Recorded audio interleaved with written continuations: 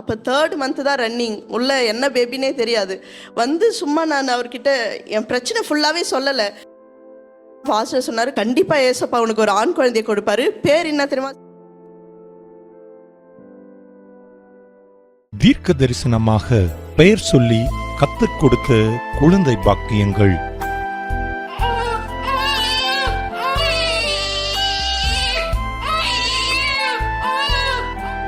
சகோதரர் Nelson jasper அவர்கள் கருத்தரிக்காத அநேக தம்பதிகளுக்கு ஜெபித்து தேவனுடைய வல்லமையால் தீர்க்க தரிசனம் உரைத்து பெயர் பாலினத்தை சொல்லி குழந்தை பாக்கியம் பெற்றவர்கள் ஏராளம் ஏராளம்.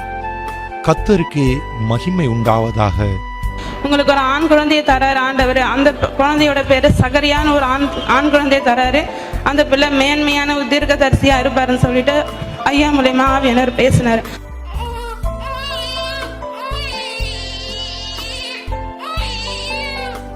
நான் 2வது மாதம் ஜெபத்தில் இந்த இடத்துல வந்தப்போ அண்ணா கடைசியாக ஜெபிக்கும் போது கர்த்தர் சொன்ன வார்த்தை என்னென்னா, அவனுக்கு ஆண் குழந்தைய கர்த்தர் உன் கர்ப்பத்தில் வைக்கிறாரு.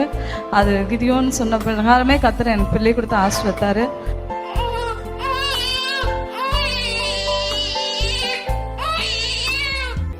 பிரதர் சொன்னார், 2 மாதத்துலே பிரதர் சொன்னார் சாமுவேல் அப்படி சொல்லிட்டு பேர் சொல்லி ஜெபம் பண்ணார். எனக்கு ரொம்ப சந்தோஷமாக இருந்துச்சு. என்ன சொல்கிறதுனே தெரில.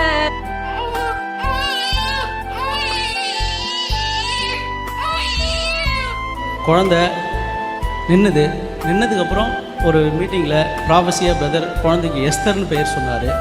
அது பொன் குழந்தை தான், அது பேர் எஸ்தர் தான் அப்படின்னாரு. நாங்கள் பிறக்கிற வரைக்கும் கூட எனக்கு பொன் குழந்தைன்ற மாதிரி இல்லை. ஆனால் பிரதர் மேலே ஒரு நம்பிக்கை ஆண்டவர் சொல்லியிருக்காரு அப்படின்னு. அதேமாரி பொன் குழந்தை தான் பிறந்தது. அதுக்கு எஸ்தர் தான் இப்போ பேர் வச்சுருக்கோம்.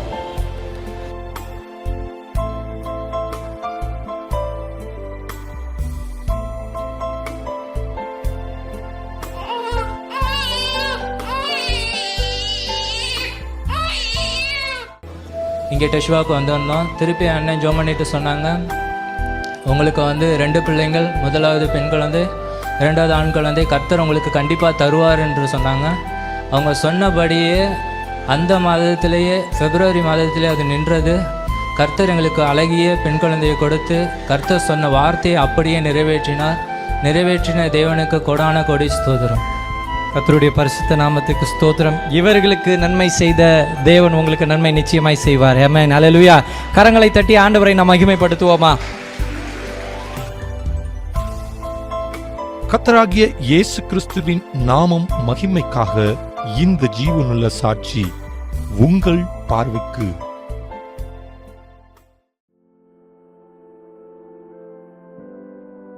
கர்த்தருக்கு ஸ்தோத்திரம். நான் எனக்கு 2 பெண் குழந்தை இருக்கிறாங்க. நான் வீட்டில் என்னோட மாமனாரும் மாமியாரும் சொன்னாங்க, 2 பெண் குழந்தை இருக்கிறதுனால நீ ஆப்ரேஷன் பண்ணிக்க கூடாதுமா, 3வது கண்டிப்பாக ஒரு பையன் வேணும். எனக்கு ஒரே ஒரு பையன், அதனால் எனக்கு வாரிசு வேணும், அதனால் நீ ஆப்ரேஷன் பண்ணிக்கவே கூடாது அப்படின்னு சொன்னாங்க. அப்போ நான் என்ன சொன்னேன்னா, அது கொஞ்சம் கூட நான் சம்மதிக்கவே இல்லை. எனக்கு 2 குழந்தைக்கு மேலே எனக்கு வேண்டவே வேண்டாம். பொண்ணாக இருந்தாலும் பையனாக இருந்தாலும் ஒரே எல்லாமே அது ஒன்று சேம் தான். அதனால் நான் இதுக்கு ஒரு நாள் என்னால் சம்மதிக்க முடியாது, அதனால் நான் ஆப்ரேஷன் பண்ணியே ஆகணும் அப்படின்னு சொல்லிட்டு ரொம்ப பிடிவாதமாக இருந்தேன் அந்த விஷயத்தில். ஆனாலும் எனக்குள்ளே எப்படின்னா, ஆண்டவர்கிட்ட நான் போய் ப்ரேயர் பண்ணுறேன். ஆண்டவரே ஏசப்பா, எனக்கு நீங்கள் பொண்ணு கொடுத்தது நல்லது தான், 2வது உங்களுக்கு ஸ்தோத்திரம், ஆனால் எனக்கு ஆப்ரேஷன் பண்ணுறதுக்கு மட்டும் உதவி செய்யுங்க. எனக்கு இவங்க கொஞ்சம் கூட ஹஸ்பண்டும் சொல்கிறாரு நீ பண்ணிக்கவே கூடாது அப்படின்னு சொல்லிட்டு. அப்போ நான் ரொம்ப ஒரு வேதனையோட, ஆண்டவரே நீங்கள் தான் எனக்கு உதவி செய்யணும், எனக்கு எதுனா இருக்கட்டும் ஏசப்பா, ஆனால் எனக்கு ஆப்ரேஷன் பண்ண உதவி செய்யுங்க அப்படின்னு. அப்புறம் 1 இயர் ஆச்சுங்க. 1 இயர்க்கு அப்புறம் நான் ஒரு ஹாஸ்பிட்டல் போயிட்டு பிஎஸ் பண்ணிக்கலாம் அப்படின்னு சொல்லிட்டு உள்ளே போகிறேன். போயிட்டு எல்லாமே அப்பவும் மாமனார் மாமியார் ஒத்துக்கவே இல்லை, நீ பண்ணிக்கக்கூடாது அப்படின்னு சொல்லிட்டு. அப்புறம் நான் உள்ளே போயிட்டு அதுக்கப்புறம் அவங்க அனஸ்தீஷியா கொடுக்குற டைம் கரெக்டாக. அப்போ முன்னாடி பிபி பார்க்குறாங்க. பிபி பார்த்துட்டு ரொம்ப ஹை ஆயிடுச்சு. அப்போ அவங்க சொன்னாங்க, இல்லைம்மா நீ பண்ண முடியாது, நீ போயிடு அப்படி சொல்லிட்டாங்க. அப்புறம் நான் சரி, ஆண்டவர் ஏதோ ஒரு நோக்கத்தோடு எனக்கு இது பண்ணியிருக்கிறாருன்னு அப்பவும் ஆண்டவருடைய வார்த்தைக்கு நான் கீழ்ப்படியில் 6 இயர்ஸ் எப்படியோ நான் இல்லை எனக்கு வேண்டவே வேண்டாம் அப்படின்னு. அதுக்கப்புறம் சடனாக 6 இயர்ஸ்க்கு அப்புறம் செகண்ட் பேபி ஃபீமேல் பேபியாக இருந்து அதுக்கப்புறம் 6 இயர்ஸ்க்கு அப்புறம் கன்சீவ் திடீர்னு ஆகிட்டேன். அந்த டைமில் தான் ஒரு பெரிய இடி. என்னன்னா, ஒருத்தர் கூட எனக்கு சம்மதிக்கல, ஏன் கன்சீவ் ஆன, இந்த டைமில் போயிட்டு நீ வந்து 2 இவ்வளோ பெரிய பொண்ணுங்க ஆயிடுச்சு, நீ வெளியே போக முடியுமா, இப்போ போயிட்டு இன்னொரு குழந்தையா உனக்கு. மாமனார் மாமியார் ஒரே திட்டு, மாமியார் டெய்லி திட்டுவாங்க. ரொம்ப அழுதுகிட்டே இருப்பேன், டெய்லி அழுவேன். ஆண்டவரே அப்புறமா பாருங்கள், ஃபஸ்ட்டு ஹஸ்பண்ட் சப்போர்ட் பண்ணார், அப்புறம் அவரும் இல்லை நீ வந்து என்ன சொல்கிறது, எதுக்கு நமக்கு 3வது குழந்தை, அவரும் கடைசியில் அந்த மாதிரி சொல்லிட்டாரு. ஒருத்தரும் எனக்கு சப்போர்ட் பண்ணல. டெய்லி ஆண்டவர்கிட்ட போய் அழுவேன், ஏசப்பா எனக்கு ஏன் ஏசப்பா நீ 3வது குழந்தை ஆயிடுச்சு, ஏன் ஆண்டவரே அப்படின்னு ரொம்ப அழுவேன். ஒரு நாளும் ஒரு நிம்மதியே இருக்காது, அவ்வளோ அழுவேன். அதுக்கப்புறமா அப்போ ஒரே டைம் அந்த டைமில் அக்கா எனக்கு சப்போர்ட் பண்ணாங்க. அப்போ நான் ஆண்டவர்கிட்ட போய் கேட்குறேன், ஏசப்பா நான் அபார்ஷன் பண்ணிட்டேமா, என்னால் ஒரு நாள் இந்த குழந்தைய சுமந்து, ஏன்னா என்னுடைய ஹெல்த் கண்டிஷன் ரொம்ப மோசம். 2 டைம் கோவிட் வந்துடுச்சுங்க. அதுக்கப்புறம் பார்த்தா வாஸ்குலைட்டிஸ்னு ஒரு டிசீஸ், அது லட்சத்தில் ஒருத்தருக்கு தான் வருங்களாம். என்னுடைய காலெல்லாம் அப்படியே ஃபுல்லாக அந்த பிளட் வெசல்ஸ் எல்லாம் ஃபுல்லாக ரெட் ரெட்டாக கால் ஃபுல்லாக இருக்கும். கொஞ்சம் தூரம் இங்கேருந்து இவ்வளோ தூரம் நடக்க முடியாது, நடந்தால் பயங்கர சிவியர் பெயின். அப்போ டாக்டர் சொன்னாங்க, இதுக்கு வந்து ஸ்டீராய்ட்ஸ் தான் எடுக்கணும், அது மாதிரி எடுத்தால் தான்மா நல்லாகும் அப்படின்னு. கொஞ்சம் தூரம் நடந்தாலும் பயங்கரமான வலி இருக்கும். அந்த டைமில் வந்து என்ன சொன்னாங்கன்னா, எனக்கு வந்து பிபியும் இருந்துச்சு. அப்போ அந்த ஸ்டீராய்ட்ஸ் எடுக்கும்போது பிபியும் சுகரும் இன்க்ரீஸ் ஆகும். அப்போது எனக்கு சுகர் எதுவும் இல்லை, பட் பிபி இருந்ததுனால எனக்கு வந்து ரொம்பவும் ஒரு என்ன சொல்கிறது இவ்வளோ. அப்போ நான் ஆண்டவர்கிட்ட கேட்குறேன், ஏசப்பா ஃபஸ்ட்டு கோவிட் வந்துச்சு, நீங்கள் காப்பாற்றுனீங்க, 2nd டைமும் வந்துச்சு, நீங்கள் காப்பாற்றுனீங்க, அந்த கஷ்டம்லாம் தாங்கிக்கிட்டேன் ஏசப்பா. 3வது இந்த வாஸ்குலைட்டிஸ்ன்ற ஒரு டிசீஸ் வந்துச்சு, அதை கூட நீங்கள் சுகமாக்கிட்டீங்க, நான் தாங்கிக்கிறேன் ஏசப்பா. அந்த வலி உயிர் போகிற மாதிரி வலி இருக்கும். இவ்வளோ பெரிய கஷ்டத்துக்கு அப்புறம் இன்னொரு குழந்தை, அதில் எனக்கு யாருமே சப்போர்ட் பண்ணல, இது நான் எப்படி ஏசப்பா தாங்கிட்டு போவேன் அப்படின்னு. அதுக்கப்புறம் அக்கா வீட்டுக்கு வரும்போது அவங்க கூப்பிட்டாங்க. அப்புறம் பாஸ்டர் பற்றி சொன்னாங்க, நீ வாப்ரீத்தி ஒரு முறை போயிட்டு அவர்கிட்ட ப்ரேயர் பண்ணிட்டு வரலான்னு. அப்போ 3rd மந்த்து தான் ரன்னிங், உள்ள என்ன பேபினே தெரியாது. வந்து சும்மா நான் அவர்கிட்ட என் பிரச்சனை ஃபுல்லாகவே சொல்லலை, என் வீட்டில் எனக்கு சப்போர்ட் பண்ணலங்க அப்படி மட்டும் தான் சொல்லி நான் ப்ரேயர் பண்ண. அவர் சொன்னார், என்னம்மா உனக்கு ஆண் குழந்தை பிறக்கணுமான்னு. உடனே நான் அழுதுகிட்டே ஆமாம் அப்படின்னு. அப்போ உடனே அவர் சொன்னார், கண்டிப்பாக ஏசப்பா உனக்கு ஒரு ஆண் குழந்தைய கொடுப்பாரு, பேர் என்ன தெரியுமா, சகரியா அப்படின்னு சொன்னார். அப்புறம் நான் வந்து அப்போ எனக்கு பயங்கர சந்தோஷம், ஆண்டவரே அப்படியே எனக்கு பிறந்தா நல்லா இருக்குமே. ஏன்னா என் வீட்டில் கண்டிப்பாக பெண் குழந்தை பிறந்தா என்னை வீட்டில் சேர்த்தே இருக்க மாட்டாங்க, நான் வீட்டில் போயிட்டு என் மாமியார் மாமனோட வாழ்ந்தே இருக்க முடியாது. அந்த மாதிரி நேரத்தில் அப்போ அவர் சொல்லும் போது எனக்கு ரொம்ப சந்தோஷமாக இருந்துச்சு. இங்கே வந்துட்டு போன பிறகு தான் மனசில் ஒரு நிம்மதியே இருந்தது. ஏன்னா டெய்லி நான் அழுதுகிட்டே இருப்பேன். அப்போ இங்கே வந்துட்டு போனோடனே ஒரு எனக்குள்ள ஒரு சமாதானம், இல்லை ஆண்டவர் சொல்லியிருக்கிறாரு, ஆண்டவர் செய்வார் அப்படின்னு. அப்படியே நாட்கள் போக போக சுகர் பிபி எல்லாமே கொஞ்சம் வர ஆரம்பிச்சிடுச்சுங்க. லாஸ்ட் டைமில் என்ன ஆயிடுச்சுன்னா, ரொம்ப ஒரு கான்ஷியஸ் இல்லாமல் கஷ்டப்படுற டைம். அந்த டைமில் ஆக்சுவலி நான் பாஸ்டரோட ஒய்ஃப்க்கு ஃபோனே பண்ணல, எதுவும் பேசலை. ஆனால் அவங்களே திடீர்னு ஃபோன் பண்ணுறாங்க கரெக்டாக டெலிவரி டைமில். அவங்க ஃபோன் பண்ணி கேட்குறாங்க, என்னாச்சு சிஸ்டர், ஒன்றுமே சொல்லவே இல்லையே நீங்கள் அப்படின்ட்டு. அப்புறம் பார்த்தா அந்த டைமில் டெலிவரிக்கு டிலே ஆகிட்டே இருக்குது. அப்போ பக்கத்தில் எல்லாரும் சொல்கிறாங்க, இந்த டெலிவரி டிலே ஆகிட்டே இருந்தால் பெண் குழந்தை அப்படின்னு சொல்லிகிட்டே இருக்கிறாங்க. அப்போது பயங்கர பயம் ஒரு பக்கம். அப்போது சிஸ்டர் சொன்னாங்க, இல்லைம்மா இந்த டைமில் பயமும் அவ்விசுவாசமும் இருக்கும், நீங்கள் பயப்படாதீங்க, நான் ப்ரேயர் பண்ணுறேன், அப்புறம் ஃபோனில் ப்ரேயர் பண்ணி தண்ணி எடுத்துக்கோங்க, அல்லது ப்ரேயர் பண்ணி நான் ப்ரேயர் பண்ணுறேன், கை வச்சு ப்ரேயர் பண்ணுங்க. அப்புறம் அந்த தண்ணி குடிச்ச பிறகு ஒரு சமாதானம், மனசுக்குள்ளே ஒரு நிம்மதி. அப்புறம் பாஸ்டர் சொன்னார், கண்டிப்பாக உங்களுக்கு ஆண்டவர் வந்து ஆண் குழந்தைய கொடுப்பாரு. அந்த டைம்லேயும் அவங்க தைரியப்படுத்திட்டே இருக்கிறாங்க, இல்லை நீங்கள் பயப்படாதீங்க, தைரியமாக இருங்க, ஆண் குழந்தைய தான் தருவாருன்னு. லாஸ்ட் மினிட் வெளியும் மனசுக்குள்ளே ஒரு பயம் இருந்துகிட்டே இருக்குது. ஏன்னா எனக்கு நல்லா தெரியும், ஆண் குழந்தை பிறக்கலாம் என்னுடைய நிலைமை அவ்வளோதான், எல்லாம் என்னுடைய ஒன்றுமே இல்லை. யாருமே கிட்ட என்ன சொல்கிறது, மாமியார் வீட்டில் ஒரு ஸ்டெப் என்னால் எடுத்து வைக்க முடியாது. இன்னொன்று எல்லாரும் ஒரு மாதிரி பேசிடுவாங்க. ஆண் குழந்தை இருந்தால் தான் நான் வாழ முடியும், இல்லைன்னா நான் வாழவே முடியாது, அந்த மாதிரி ஒரு சூழ்நிலை. அப்போது கடைசி நேரத்தில் கரெக்டாக எனக்கு நார்மல் டெலிவரிக்கு வாய்ப்பே இல்லை. ஏன்னா வந்து சுகர், பிபி, அதுக்கப்புறம் இந்த வாஸ்குலைட்டிஸ் ப்ராப்ளம், இந்த மாதிரி நிறைய ப்ராப்ளம் இருக்கிறதுனால அவங்க சொல்லிட்டாங்க. கடைசி மினிட் வரைக்கும் டாக்டர் சொல்கிறாங்கம்மா நார்மல் டெலிவரி வந்து ரொம்ப கஷ்டம்தான், ஆனால் கூட வந்து நாங்கள் ட்ரை பண்ணுறோன்னு. ஆனால் பாஸ்டர் சொன்னாங்க இல்லை, கர்த்தர் நார்மல் டெலிவரிக்குள்ள உங்களுக்கு கண்டிப்பாக குழந்தை பிறக்கும் அப்படின்னு சொல்லிட்டு. அப்புறமா அவங்க சொல்கிறாங்க டெலிவரி ஆக லேபர் ரூமில் நாங்கள் கூப்பிடுவோம், சப்போஸ் உனக்கு எதனா கிரிட்டிக்கல் ஆச்சுன்னா உடனே நீங்கள் என்ன பண்ணோம், சர்ஜரிக்கு நாங்கள் ஷிஃப்ட் பண்ணிவிடுவோம் அப்படின்னு சொல்கிறாங்க. சரி ஓகே, அவங்க சொல்கிற மாதிரி நாங்கள் கேட்போம் அப்படின்னு சொல்லிட்டு. அப்புறம் என்னுடைய வயிறு பார்த்துட்டு அவங்க சொல்கிறாங்க இல்லை, குழந்தை ரொம்ப பெருசாக வளர்ந்துட்டு இருக்குது, அதனால் ஆப்ரேஷன் தான் பண்ணோம், எதுக்கும் ஒரு லாஸ்ட்டாக ஒரு ஸ்கேன் எடுத்துக்கோ, ஃபுல்லாக இது பண்ணி பார்க்கலாம் அப்படின்னு. அப்புறம் அங்கே போய் பார்க்கும்போது குழந்தையோட வெயிட் வந்து ஒரு 3 kg அப்படி தான் இருந்தது. அப்புறமா அவங்க ஓகே சரி நான் நார்மல் டெலிவரிக்கு ட்ரை பண்ணுறேன் அப்படின்னு. அந்த நேரத்தில் எனக்கு வந்து நான் ஆண்டவர்கிட்ட கேட்டுகிட்டே இருக்கேன், ஏசப்பா எனக்கு திடீர்னு கான்ஷியஸே இல்லாத மாதிரி ஆயிடுது, ப்ரீத்திங் டிஃபிகல்ட்டி வந்துடுது, என்னால் சுகர் அப்படியே ஃபுல்லாக லோ ஆகிடுது, எனக்கு அந்த நார்மல் டெலிவரிக்குரிய பலனே இல்லை, சுத்தமாக இல்லை. நான் ஆண்டவர்கிட்ட கேட்டுகிட்டே இருக்கிறேன், நான் என்ன செய்வேன் ஏசப்பா, எனக்கு ரொம்ப கஷ்டமாக இருக்குது, எப்படி ஏசப்பா இது ஆகணும், என்ன சொல்கிறது, அதை நினச்சி கூட பார்க்க முடியாத ஒரு சூழ்நிலை. அவ்வளோ ஆண்டவர் கூட இருந்து அழகாக வழிநடத்தி அதுக்கப்புறமா எனக்கு கரெக்டாக ஒரு ஆண் குழந்தையை கொடுத்தாரு. அப்புறம் பாஸ்டர் சொன்ன மாதிரி சகரியா ஜான் அப்படின்ற ஒரு பேரை இந்த குழந்தைக்கு ஆண்டவர் வைக்கும்படியாக உதவி செய்தார். அப்போது அந்த குழந்தைய நாங்கள் பார்க்கும்போது என் கண்ணில் தண்ணீர் மட்டும்தான் வந்துச்சு. ஆண்டவரே இந்த மாதிரி ஒரு ஆண் குழந்தை எனக்கு கொடுத்தீங்களே சப்பா, என்னை வாழ வச்சிங்களே அப்படின்னு சொல்லிட்டு பார்த்த உடனே டாக்டர் சொன்னாங்க, ஈவன் டாக்டர் எல்லாம் சொன்னாங்க உனக்கு பையன் பிறக்கலாம் அவ்வளோதாம்மா, உன் சூழ்நிலைக்கு உன் பையன் பிறக்கலாம் அவ்வளோதாம்மா அப்படி டாக்டரே சொன்னாங்க. அவங்க சந்தோஷப்பட்டாங்க, எல்லா டாக்டர்ஸும் சந்தோஷப்பட்டாங்க. ஓ பையனா பையனா அப்படின்னு, நீ தப்பிச்சுக்கிட்டம்மா அப்படி சொன்னாங்க. அந்த அளவுக்கு என்னுடைய லைஃப்பை ஏசப்பா மாற்றி கொடுத்தாரு. ஆண்டவர் சொன்னார், வீடு கட்டுகிறவர்கள் ஆகாது என்று தள்ளின கல்லை மூளைக்கு தலைக்கல் ஆயிற்றுன்ற மாதிரி. இப்போ இந்த குழந்தைக்காகவே நிறைய பேர் சர்ச்சுக்கு வராங்க, என்னுடைய ரிலேட்டிவ்ஸ் எல்லாம் இந்த குழந்தைய தூக்கிறதுக்காகவே வராங்க. அந்த அளவுக்கு இந்த குழந்தைய ஆண்டவர் ஆசீர்வதிச்சு கொடுத்திருக்கிறார். கர்த்தருடைய பரிசுத்த நாமத்திற்கு மகிமை உண்டாவதாக. ஆமென்.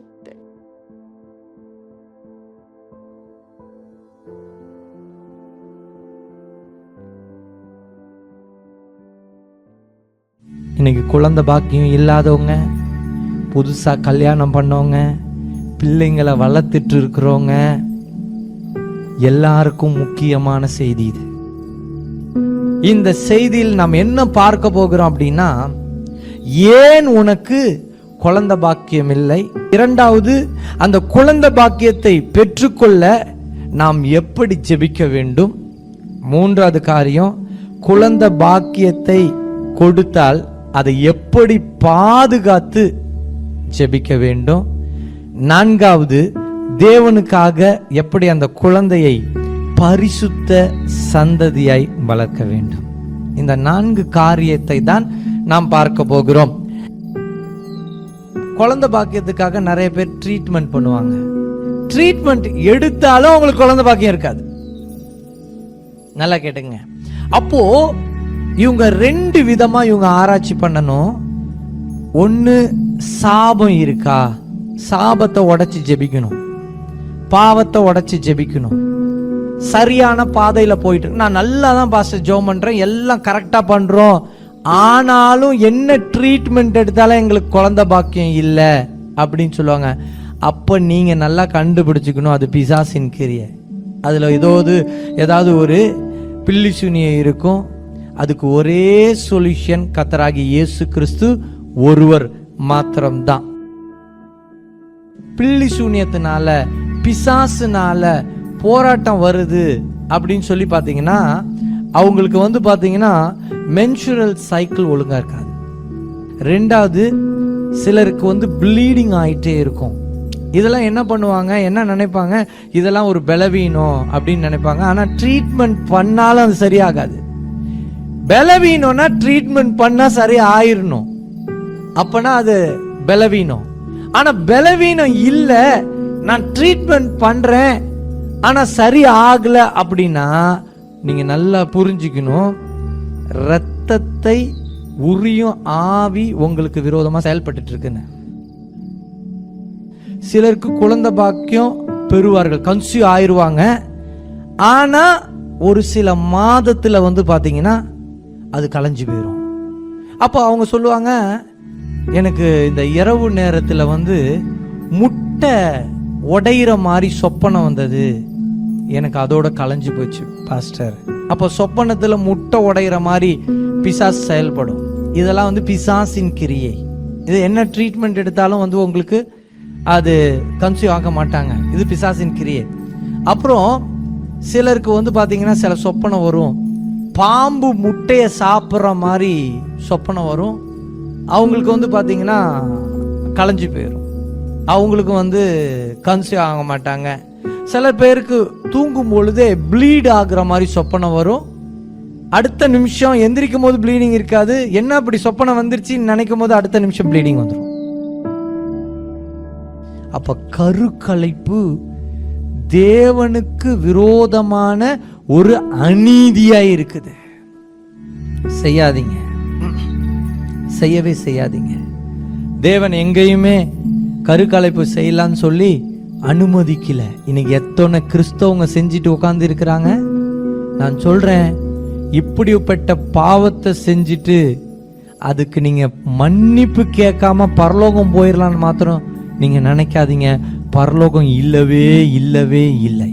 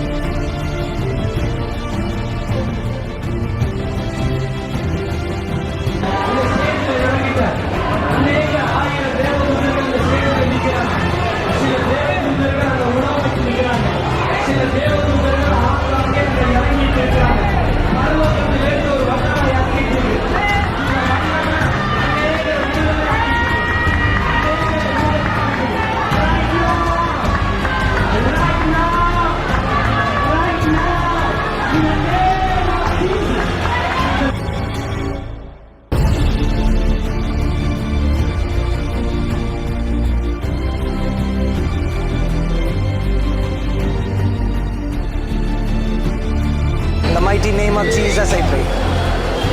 In the mighty name of Jesus I pray. In the mighty name of Jesus I pray.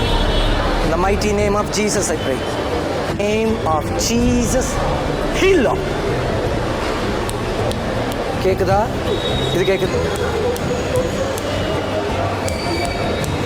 கேக்குது, நல்லா கேக்குது. வரும்போது ரெண்டுமே கேட்காது, சுத்தமாக கேட்காது.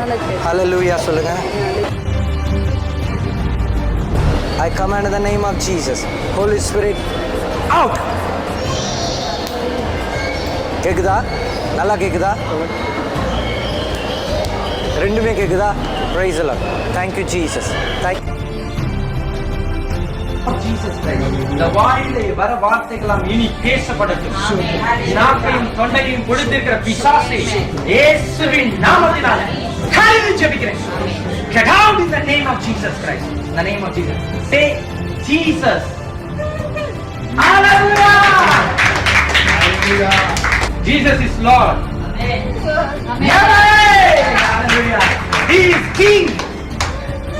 Amen. Hallelujah. Hallelujah. முட்டிலே போவா, முட்டிலே வருவா. எனக்கு இதெல்லாம் பார்க்கும்போது ரொம்ப வேதனையா இருக்கும்.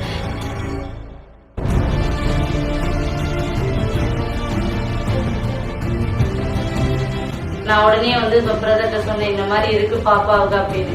அவர் உடனே பாப்பாவை பிடிச்சி வச்சு கால்களை பிடிச்சி வச்சு ப்ரேயர் பண்ணி அதே இடத்துல எண்ணெயும் வாங்கி ப்ரேயர் பண்ணி இதை டெய்லி வீட்டில் கொண்டே வச்சு நீங்க ஆண்டவரோட வார்த்தையை சொல்லி சொல்லி ஜெபம் பண்ணுங்க. ஆண்டவர் அதுக்கு உங்க பாப்பாவை நடக்க வைப்பாரு. அவர் சொல்லிட்டு போய் ஒரு 5 மாசம் ஆகல, பாப்பா நல்லா நடக்க வைக்கிட்டா.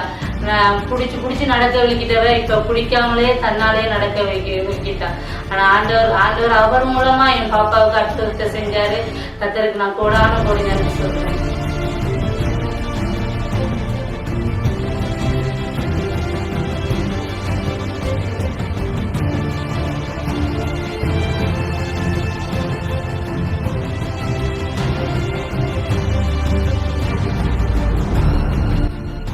கடைசியாக சொன்னாங்க, உங்களுக்கு கேன்சர் இருக்குது, அதனால் நீங்கள் அடையாறில் உள்ள கேன்சர் ஆஸ்பத்திரிக்கு போங்கன்னு சொல்லிட்டாங்க.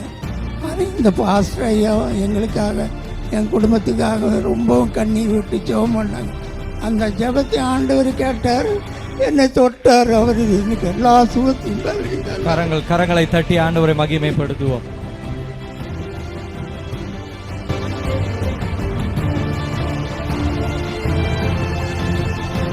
ஒய்ஃபுக்கு வந்து லாஸ்ட் டிசம்பர் மாதம் வந்து லிம்ப் நோடில் கேன்சர்னு சொல்லிட்டு சென்னையில் டெஸ்ட் பண்ணி கொடுத்தாங்க. அதுக்கு பிறகு கர்த்தருடைய பெரிதான கிருபையில் வந்து எல்லோரும் ஜெபம் பண்ணோம். பாஸ்டர் நெல்சன் பாஸ்டரும் வந்து பாஸ்டிங் இருந்து எங்களுக்கு ஜெபம் பண்ணாங்க. அதுக்கு பிறகு நடந்த எல்லா டெஸ்ட்டையும் நெகட்டிவ்னு சொல்லிட்டு அந்த கேன்சர் இல்லைன்னு சொல்லிட்டு ப்ரூவ் ஆச்சுது.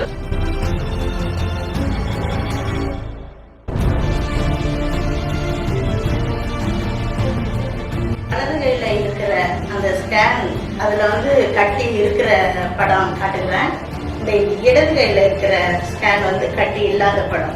6 மாச இடைவெளிக்கு பிறகு நெல்சன் பிரதர் ஜெபிச்சு நான் பெற்றுக்கொண்ட அற்புதம் இது.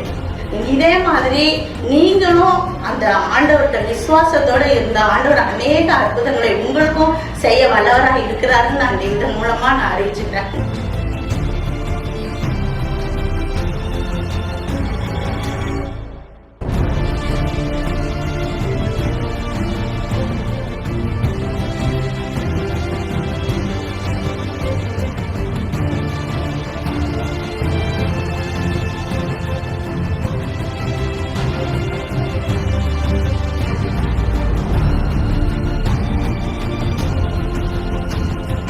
Heal, Lord. I command heal in the name of Jesus Christ.